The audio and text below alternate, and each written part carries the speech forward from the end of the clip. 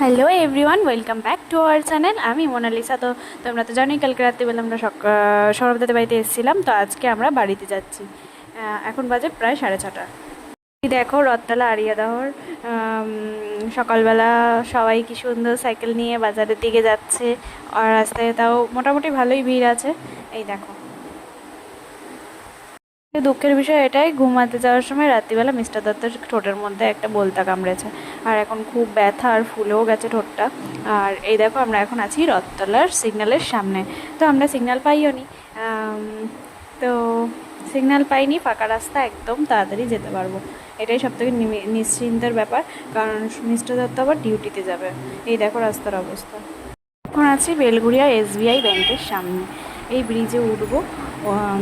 তো দেখো রাস্তা ফাঁকাই আছে মোটামুটি, তাড়াতাড়ি যেতে পারবো, এটা নিয়ে কোনো চিন্তা নেই। আমরা ভেবেছিলাম যে রাস্তায় জ্যাম পাবো, তো তার জন্য আমরা তাড়াতাড়ি একটু বেরিয়েছিলাম। তো এখন বাজে 6:45। তো দেখো, আমরা আবার রাস্তা দাঁড়িয়ে চা খেলাম। তো সেই ভিডিওটা তোমাদের সাথে শেয়ার করা হয়নি, তো তার জন্য সরি। এত সকালেও তোমরা বেলগুড়িয়া বাজারের অবস্থাটা দেখো। আমি আগেও এসছি, কিন্তু খুব একটা আসা হয়নি। এখন তাও অনেকই ভিড় হয়। তোমরা দেখো শুধু ভিড়টা কতটা। বাড়ি থেকে এসেই আমরা দেখো শিলপাড়ে মিটিংয়ে বসে পড়েছি। এখন বড় কাকি বসেছিল, বড় কাকি করতে করতে আবার চলে গেল, টুকটুক করে কাজ করতে করতে আমাদের সাথে গল্প করে যাচ্ছে। আর আজকে আমাদের সকালবেলার টিফিন হচ্ছে পান্তা ভাত, আর তার আগে খাবো চা। আর কি খাবো জানি না, চলো তোমাদের সাথে চা সব কিছু শেয়ার করবো। পান্তা ভাত এত গরমে, আর এই দেখো কোকোর অবস্থা, ও নাকি আমাদের সাথে খাবে। এই দেখো সবাই মিলে এখন বসেছি পান্তা ভাত খেতে। যারা তো জানো ঘরে কাজ হচ্ছে, তার জন্য ঘরের এই অবস্থা, পান্তা ভাত। আর এই যে সবাই মিলে খাচ্ছিলাম, আমার খাওয়া হয়ে গেছে তাই করে নিয়েছি। আর ওই ঘরে কাজ হচ্ছে, চলো কাজ হওয়ার পরে তোমাদেরকে ফাইনাল ঘরের লুকটা দেখাবো। চলো টাটা।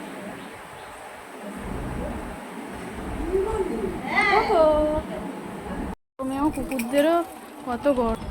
এই দেখো কুকুরটা জলে নেমে স্নান করছে কীভাবে। ওর এত গরম লাগছে, আসলে আমাদেরই এত গরম লাগছে, আর ওদের তো লাগবেই, তাই না? এই দেখো পুকুরে নেমে বসে রয়েছে গাইস। তো আমাদেরও নিশ্চয়ই ওদের জন্য কিছু করা উচিত, ওরা তো খেতে পারে না, ওদেরকে খাবার দেওয়া উচিত আমাদের। তোমাদেরকে প্লিজ আমি রিকোয়েস্ট করব যে একটু ওদেরকে খাবার দেওয়ার জন্য। কেউ প্লিজ ওদেরকে মারবে না, আর কোনোভাবে কোনো কষ্ট দেবেন না। আসলে আমরা তো খেতে পারি, কিন্তু ওরা তো সেটাও পারে না, তাই না? এখন বাজে 2:48। আমি এসেছি মিস্টার দত্তের বাড়িতে আম পোড়া শরবত করতে। তো আম পোড়া শরবত অনেক দিন থেকে বলছে তোমার যেদিন ছুটি থাকবে সেদিনকে আম পোড়া শরবত করবো, তাই আমি চলে এসেছি। মামামা একটু খেতে গেছে নেমন্তন্ন, তো তার জন্য আমি আর ওকে করতে হবে। চলো তোমাদের সাথে আম পোড়া শরবতের ভিডিওটা আমি শেয়ার করবো। ভিডিওটা তোমাদের সাথে শেয়ার করবো। পুরানো হচ্ছে,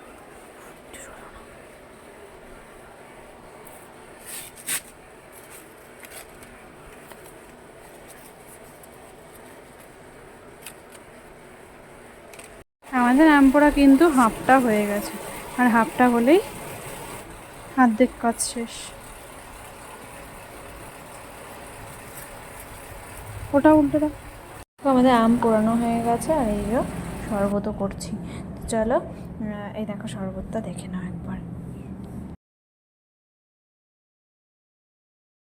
তো মেহেন্দি ক্লাস করাই, তাই আজকে আমার স্টুডেন্টকে আমি ডেমনস্ট্রেশন দেখাচ্ছি কিছু মেহেন্দি।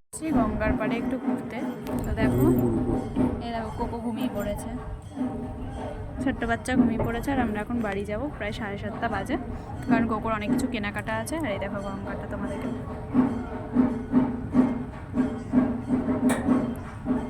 গরমের মধ্যেও আজকে আমার ঠান্ডা লাগছে। এই যে কোকো ঘুমাচ্ছিল আমার কোলে, আর আমরা তো বাড়িতে চলেই এসেছি। আমার ঠান্ডা লাগছে, আর এসি চালানো, ওর জন্য ঠান্ডা লাগছে, অনেকক্ষণ এসিতে রয়েছি। আর এই দেখো কোকো আমার কোলে ঘুমাচ্ছিল, এখন উঠলো।